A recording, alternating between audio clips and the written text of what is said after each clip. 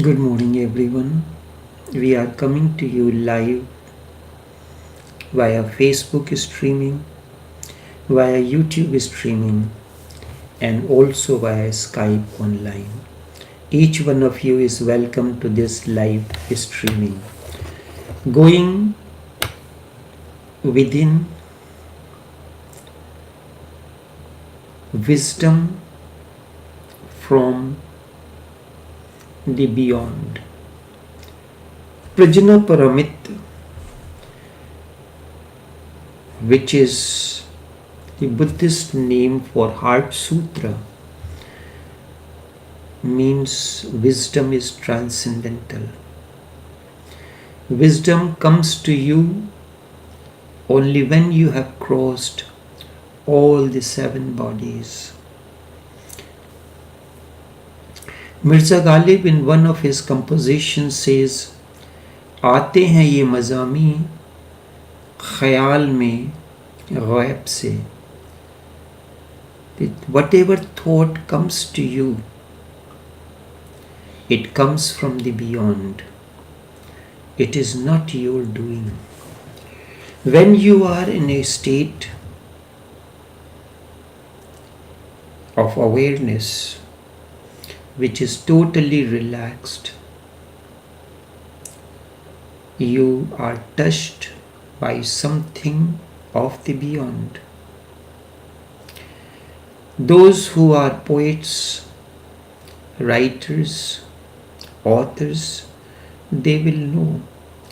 There are times when they make an effort and nothing ever happens. Sometimes it happens, the thoughts flow so spontaneous that it becomes very difficult to cope with. It is said when Mahabharata was being written, the sage Vedavyas, to whom it happened, descended. He had a vision. He was sitting in meditation and he saw a vision. After the vision was over, he tried to write it, but he could not. Second time it happened, and he could not write it. Then he prayed, if this vision that is coming to me is so important for the future generation, for generations to come, provide me with a scribe. I will narrate and one who could write it fast. Now we have a recording system. We can record it just as I am doing. If whatever I am speaking through these live streamings, if I have to write, it will take a long time. But when it is spoken, it is recorded. So God provided the elephant-headed god Ganesh as the scribe. Ganesh put a condition, I am a fast writer. If any time you stop, I will go away. Now it happens when the thoughts are flowing. You pause for a while when you are speaking. You do not continuously speaking, instead you are speaking and then there is a pause. So he told him, Vedavyas told Ganesh, whatever I am speaking, you understand it and then write it. So in that, Vedavyas bought time for him whenever there is a pause.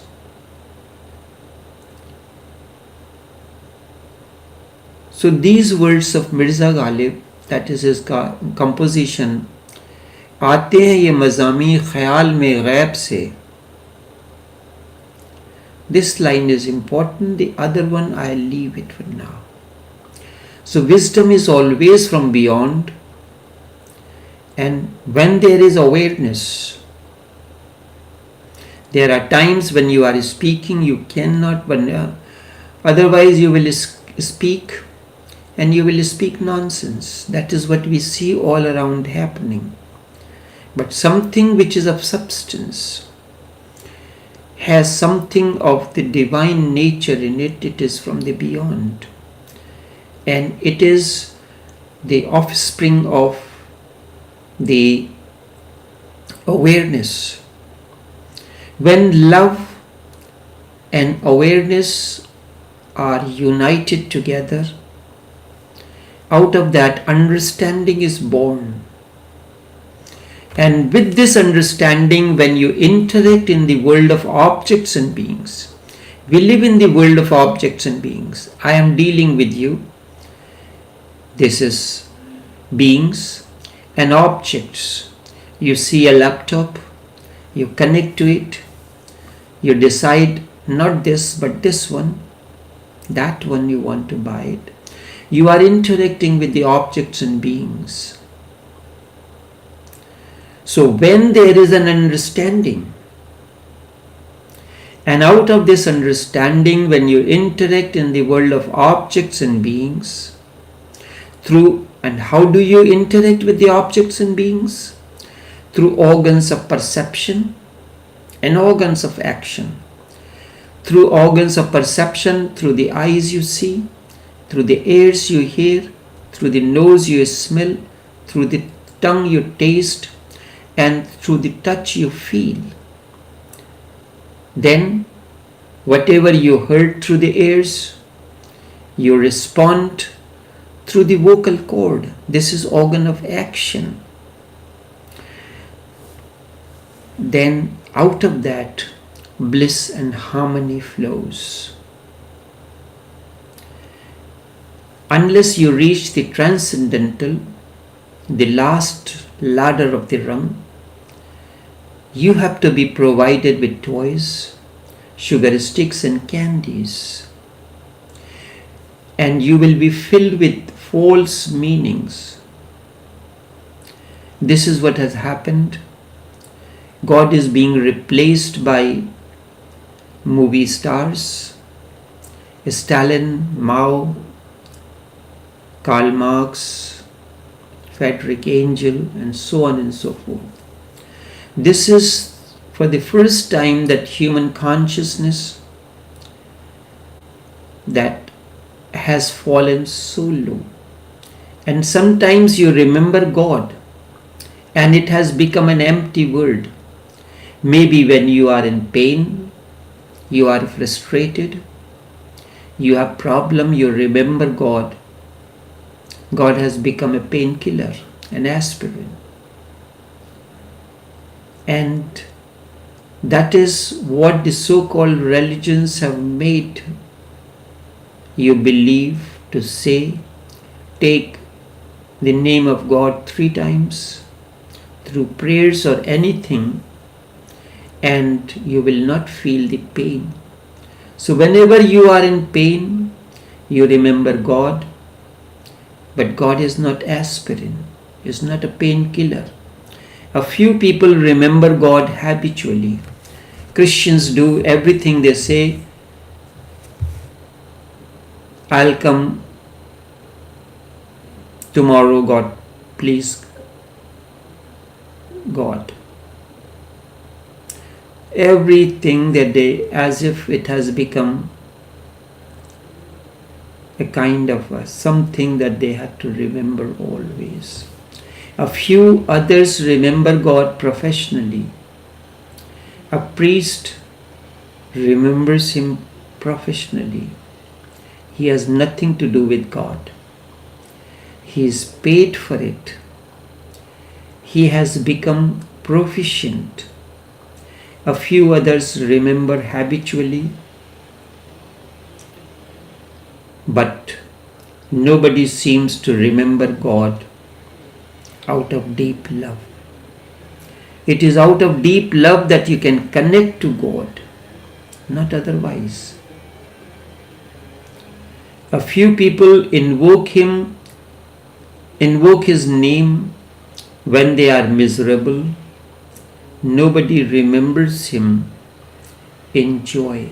Kabir says, दुख में सुमिरन सब करें, सुख में करे न कोई. Everyone remembers God when there is problem. Nobody remembers when the time is happy. You do not have time otherwise. If you remember God in happiness, there will be no sorrow or suffering in life. Nobody remembers Him when there is a joy or celebrating. And that is the right moment to remember.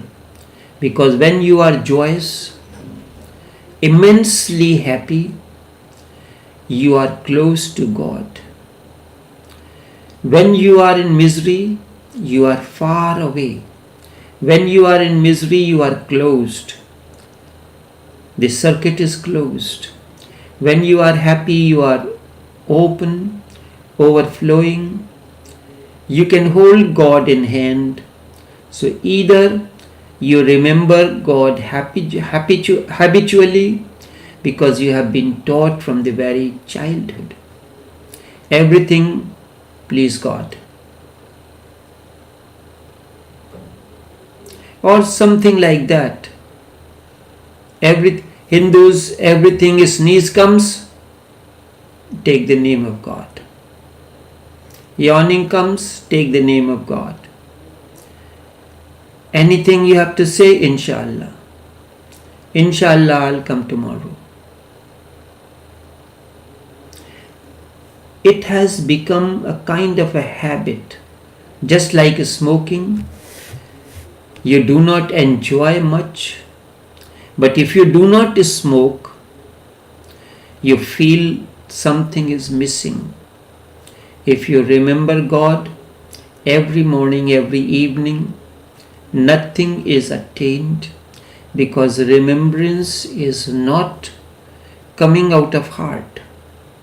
It is just verbal, mental, mechanical. All our prayers and remembrance of God is mechanical. But if you remember, you start feeling something is missing. It has become a ritual. Beware of making God a ritual. And beware of becoming a professional about it. I have heard a famous story. The story is about a great yogi who was very famous, who was promised by the king that if he could go into deep samadhi and remain under the earth for 1 year, the king would give him the best horse in the kingdom as a reward.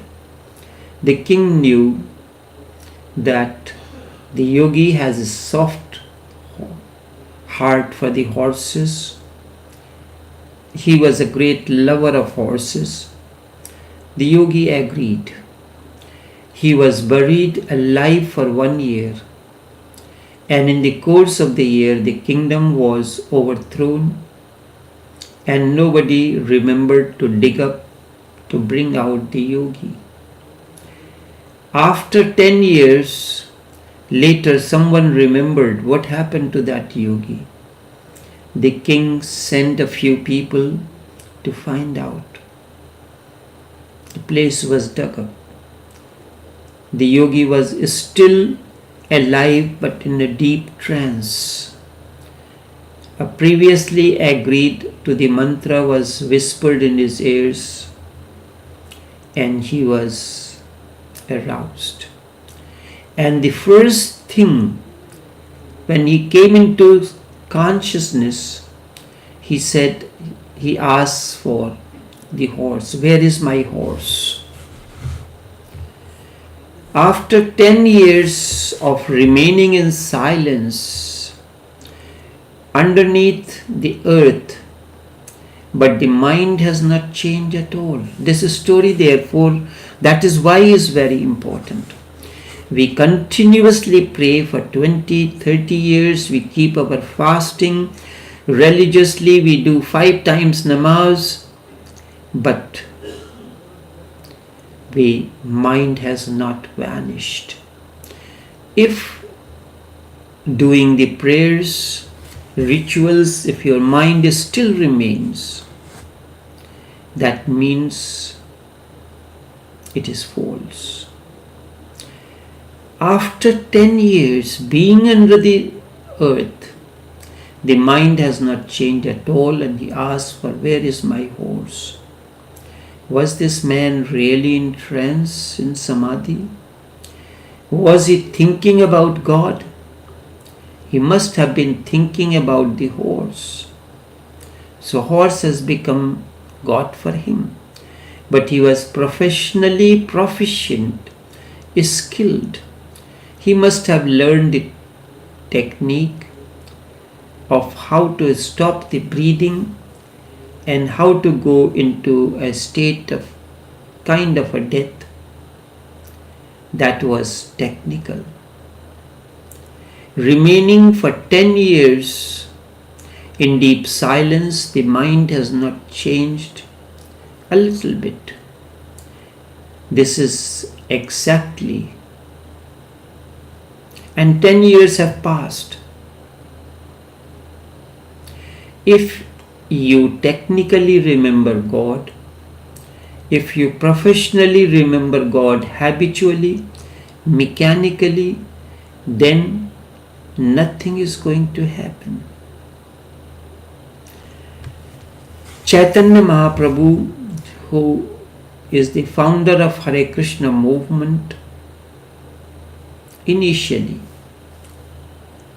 he heard half a line of one of the verses of Bhagavad Gita, and that has brought the transformation. Now we remember, we chant correctly verses one after the other, but nothing ever happens. If you technically remember God, if you professionally remember God, habitually, mechanically, then nothing is going to happen. All is possible. But all possibility emerge through the heart. Heart is the door. Hence, the name of the scripture, Prajna Paramit Hridayam Sutra, the known as Heart Sutra. Unless you do something out of great love, with great involvement, with great commitment, with sincerity, with authenticity, with your total being, nothing is going to happen. Whatsoever you do, when you are cooking food, you have to be totally into it. When you are talking to someone, when you are writing something, people, for some people, religion is like an artificial limb. Artificial limb neither has warmth for life, but it is mechanical, it performs its roles efficiently. And although it helps them to stumble along, but it never becomes part of them. It must be strapped on each day, and then it will function. Remember, this has happened to millions of people on earth. This can happen to you too. Do not create God as an artificial limb. Let real limbs grow in you. Only then your life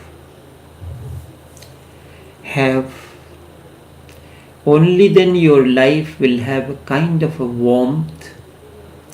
Then your life will have a joy, not a false smile on the lips, not a pseudo kind of happiness, not a pseudo kind of happiness.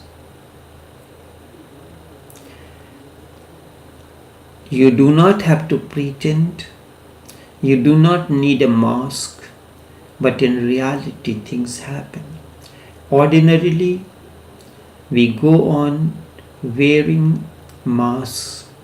Somebody has a beautiful but fake smile. Next one wears a compassionate face. Somebody else wears a very beautiful personality. But all these are like clothes that you put on yourself. But deep down you remain the same.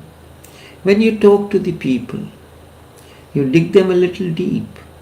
Their reality begins to surface. When somebody is drunk, he is a totally different person. The first thing, the sutra can become a revolution in your life. The first thing, the beginning, is always the question, who am I? And one has to go on asking. When you first ask, who am I? The response comes from the Mooladhara, the first center. Once it happened, I was in the store by the cashier. A person came and she gave me a check or something. I do not exactly recall, but I recall I asked, what is your name? My name is so and so.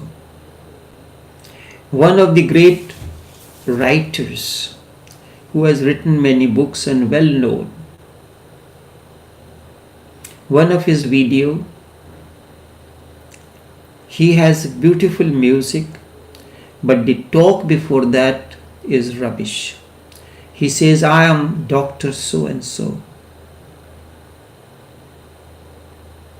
I am Dr. So and so.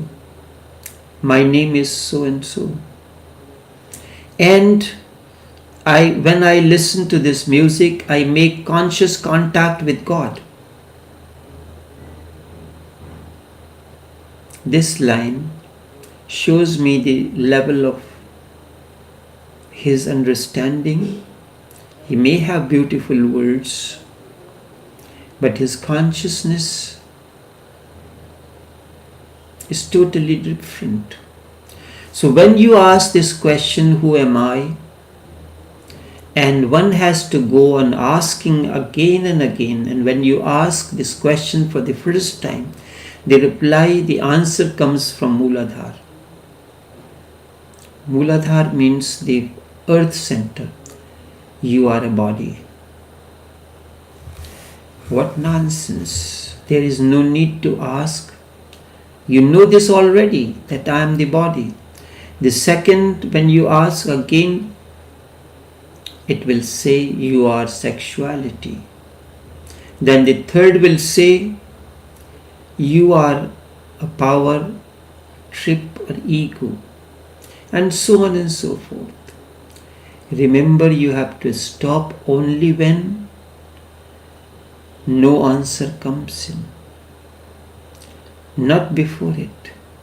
This process of asking the question, who am I, has to continue until all answers vanish.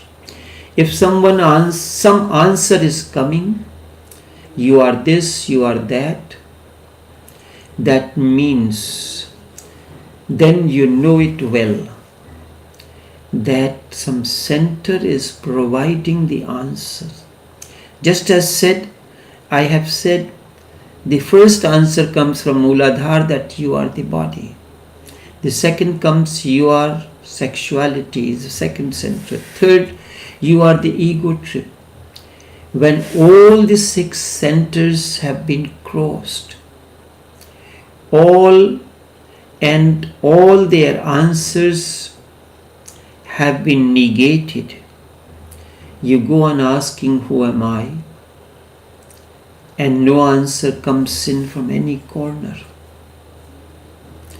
Instead, there is utter silence.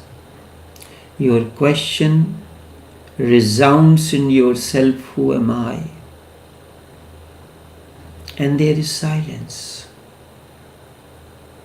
No answer comes from anywhere, from any corner. You are absolutely present, absolutely silent, and there is not even a single vibration. Who am I? And only silence. Ask this. When you are finished with this meditation, sit down. Do not repeat your wazifa, do not repeat your mantra, do not do anything. Just ask, who am I? And if silence descends, then a miracle can happen. You cannot even formulate the question. All answers have become absurd. Then finally the question also becomes absurd, redundant. Answer has become absurd. Then finally the question becomes redundant. The first answers disappear. First, what will happen in the process? First, answers will disappear. Then question also disappears. As long as the answer keep on coming, the question keep on surfacing. That's why at some time or the other the master stops giving you the answers. He's not a fool. He stops giving you the answer and he says, seek the answers within. No answer given by any person can satiate you. Seek the answers to your questions within. First, answers disappear, and with the answers, questions too disappear. If I have any coin, each coin has two sides. If one side is gone, the other cannot be retained. Question and answer are two sides of the same coin. First answers disappear and then the questions disappears. And with the disappearance of the question and answers, you come to realize that which is transcendental. You know, yet you cannot say. You know, yet you cannot be articulate about it. You know from the very being, very core of your being, who you are. But you cannot verbalize like this person. You cannot even say that I make everyday conscious contact with God, as if I am talking to God. It sounds like a little childish to me. No matter how well known as author you might be, it is life knowledge. It is not spiritual. It is not borrowed. It is not from others. It has risen from within you. And with this arising, you are a Buddha. Suddenly you start laughing because you have come to know that you have been Buddha from the very beginning. You just never ever looked into it. You were running round and round outside your being. You never returned home. I repeat it again. The inquiry begins. That is why Raman's statement, "Who am I?" is most important and beautiful. He used to tell his disciples, all you need to do is keep on asking the question, who am I? But he did not explain in detail.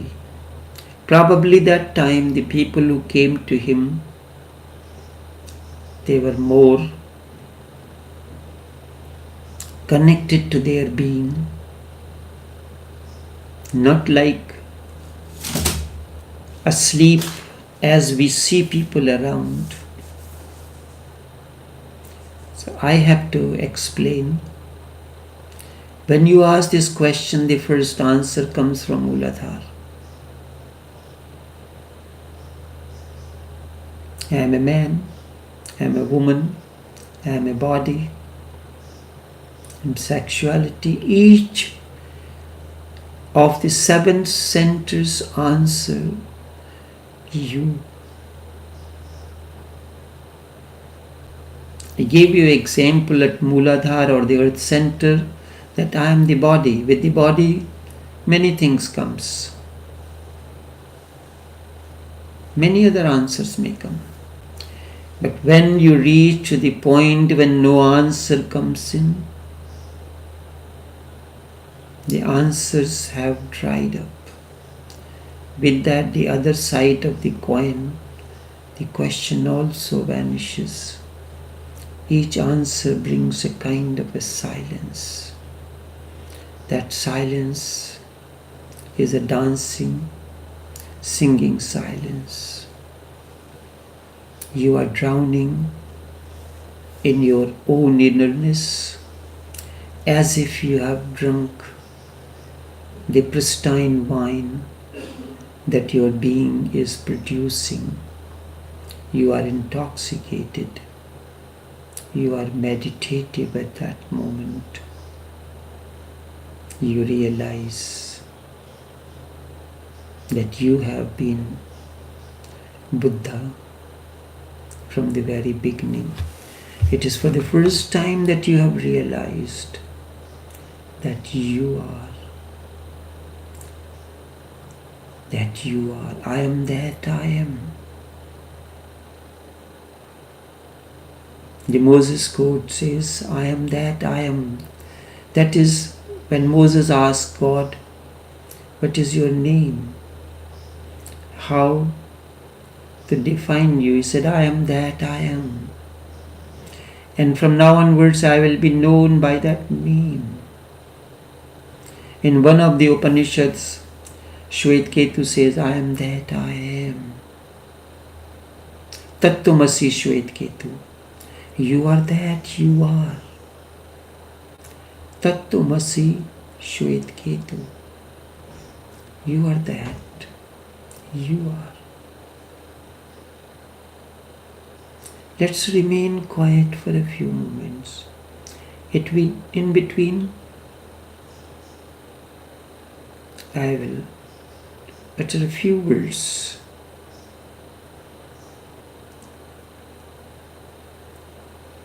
You know, the answers have disappeared. Questions too have disappeared. You come to realize that you are transcendental.